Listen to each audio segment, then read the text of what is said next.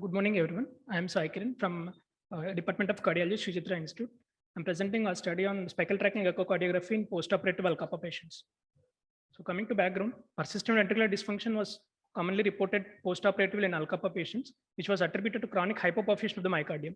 The main pathophysiological mechanism which implicated is a coronary steal, which is causing ischemia not only in subendocardial layers, but also in mid-myocardial and epicardial layers as well. It is quite different when compared to the pathophysiology in atherosclerotic coronary artery occlusion. As we see in this gross pathological specimen of an post-operative AOLCA female of 75 years, you can see there is a subendocardial scar involving the LC left coronary artery territory, and typically RCA territory is paired.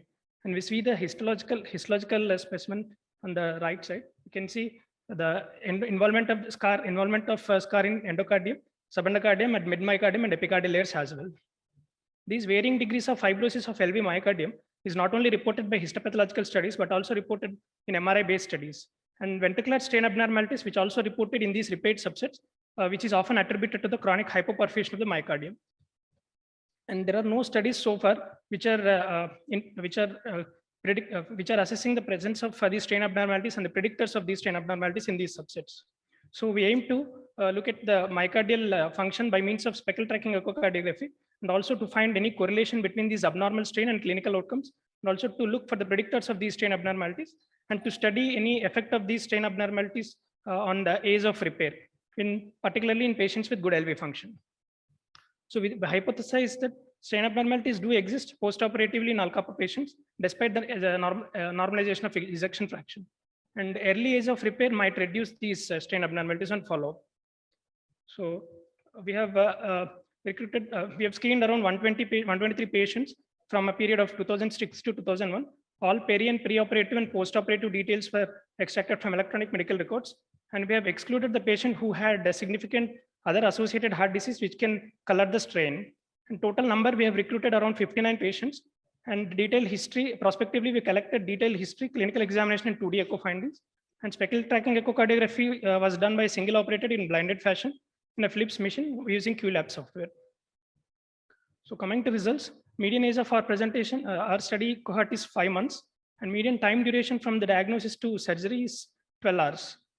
And current age at assessment during median age was 8 years, and female to male ratio is 1.26. Median follow-up duration is 7.4 years.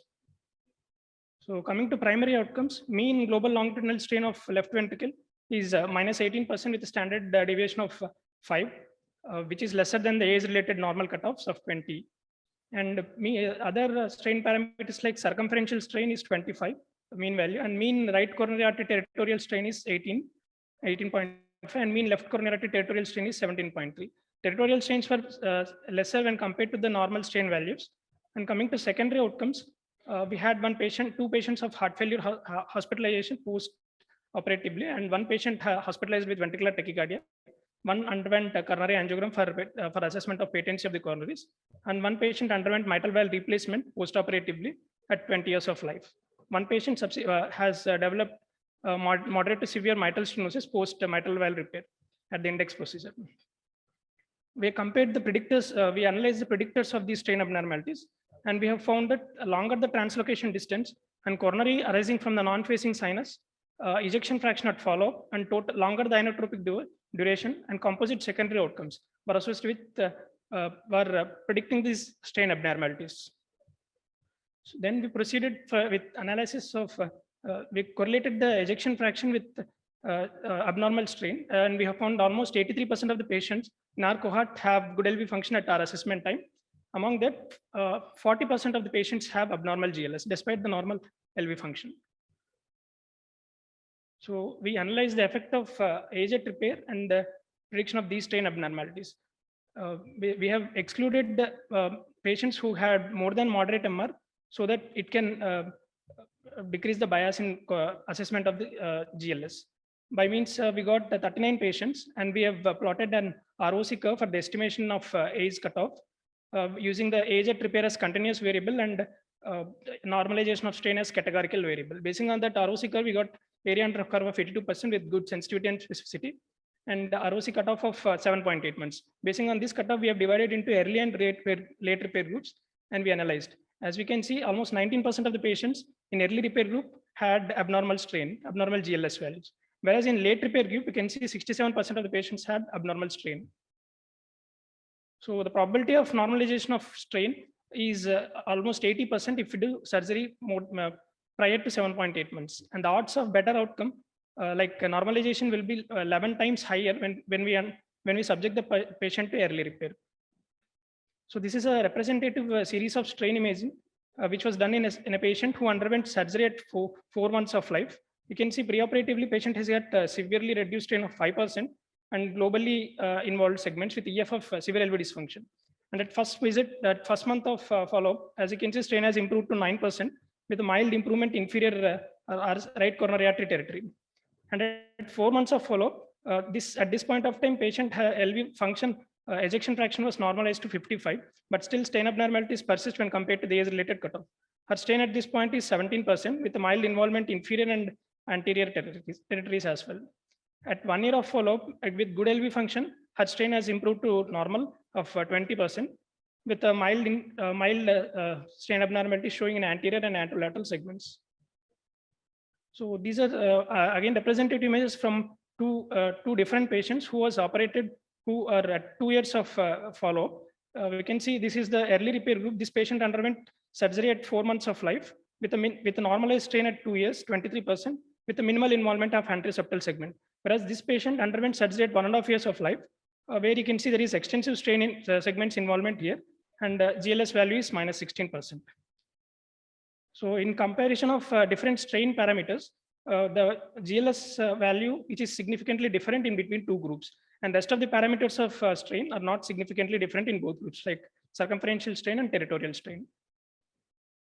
Coming to discussion, almost half of the patients post-operative AOLCA do have strain abnormalities, and 40% of them have normal LV function despite the 40% of the patient, despite normalized LV function, still have strain abnormalities. So we have noted interesting finding like right coronary artery territorial strain abnormalities in our cohort. It was also reported previous studies like Gogaka et al. In 2019. Cause was poorly understood, but it was thought to have because of extensive coronary artery still affecting the RCA territory prior to the repair. So this is one of the histopathological study which is showing the right coronary artery RV myocardium biopsy, which is showing strain abnormalities in not only in fibrosis in subendocardium, mid-myocardium, and epicardium as well. This can explain the strain abnormality because of existence of fibrosis in the RCA territory as well.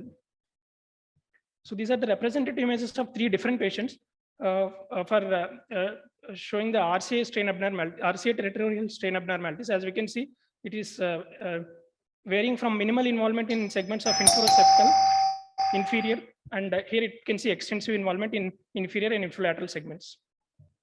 So coming to strengths of our study, we have analyzed the predictors of strain abnormalities. Our study is to first look at the age of repair and effect on the persistence of these strain abnormalities.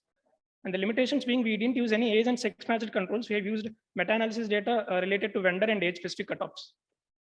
So to conclude, global longitudinal strain and regional strain abnormalities are widely prevalent in post-operative AOLCA patient. Not only strain abnormalities in LCA territory, RCA territory also showed strain abnormalities. So what does our study adds to the literature? Longer the translocation distance, LCA originating from the non-coronary sinus, and longer need of inotropic hearts post-operatively were predictors of the abnormal strain on follow. RCA territory do show some strain abnormalities in some patients.